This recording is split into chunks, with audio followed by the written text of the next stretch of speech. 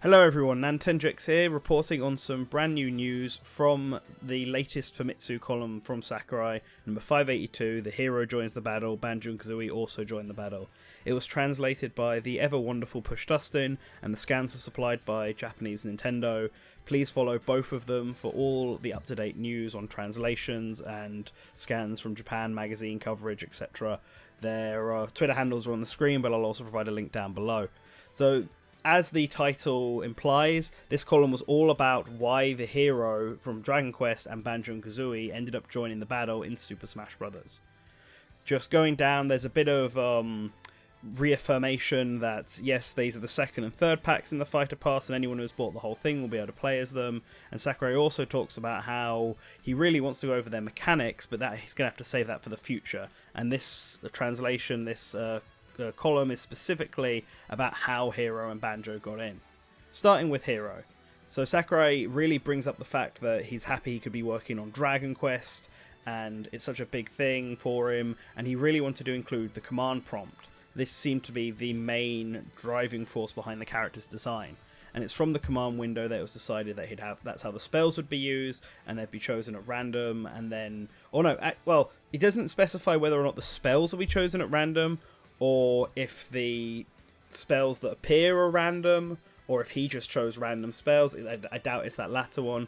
It's very ambiguous even in Japanese, so we're just going to have to wait and see when the hero eventually gets shown off. But anyway, he wanted the command prompt, he had this, and then the MP system was added on top of this, presumably for balancing purposes. Following on from this, he actually goes over a restriction with Dragon Quest protagonists, and that Smash was given special permission to have them all fighting alongside each other. Specifically that the Dragon Quest 8 protagonist was picked for Western fans. He doesn't really go into whether or not this restriction is something that Square places on it, or whether the restriction is purely a practical one, like how the Dragon Quest 5 protagonist doesn't use a sword as his main weapon, so he wouldn't be able to work as a costume. It's not made very clear, but it's an interesting point nonetheless. Going over the history of Dragon Quest, Sakurai felt nervous because it's such a big and iconic series. And to represent this, he wanted the final Smash to have loads of different past characters from all the Dragon Quest games show up. Have all the protagonists who aren't skins appear for it, kind of like what Mega Man did with all the other Mega Mans. There was an interesting tid point added about voice acting. Apparently the hero was originally going to remain completely silent, which is what is typical for Dragon Quest games. However, because the upcoming Dragon Quest XI S added a voice actor, they decided to have that for the Dragon Quest XI protagonist here, and that had a ripple effect, and so all the other heroes are going to have voice actors, and these will be confirmed later. Presumably the one for 11 is the same one from the game in 11. So now on to Banjo-Kazooie.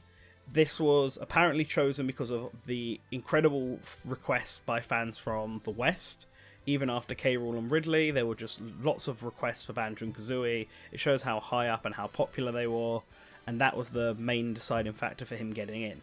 Sakurai does go over that it was a bit difficult for Banjo and Kazooie to get in. It shouldn't have been, because they were from a Nintendo 64 game originally. It should have really just been natural. The main problem he felt was that they were owned by Microsoft, and he covers a bit of the history about how Rare was sold to Microsoft and Banjo games became Xbox exclusives, and the difficulty really came from Microsoft and Nintendo being rivals in the console space. It's generally not thought that you should help out your rivals. However, this time they were able to get the character quite easily, and Sakurai would like to thank Rare for their assistance as well. Thanks to them, Sakurai was able to satisfy many of our fan requests. It seems that Microsoft was quite keen, as the tweet from Phil Spencer before kind of showed, and Rare were quite keen, unsurprisingly, to get their probably their most iconic character in such an iconic game. Sakurai also gives a little bit of a personal opinion about the console wars, in that he really doesn't care about them. It doesn't matter what kind of consoles come out as long as they have enjoyable games. It's more about the games, not about the hardware, and I can respect that. So the column ends with him stating that there are a lot of companies involved in Smash, and he notes that his work is truly special. He wants to please fans of all the original games, so he will continue to work hard to make this happen. And that's everything that we've got. It's always really good to see the origins of why characters make it into Smash, the reasons they get chosen, and it's always an interesting development insight. It'll definitely help if I ever decide to make a video or an article covering why every character was chosen, like I did for all the previous Smash games. I think that would be quite a pretty good one.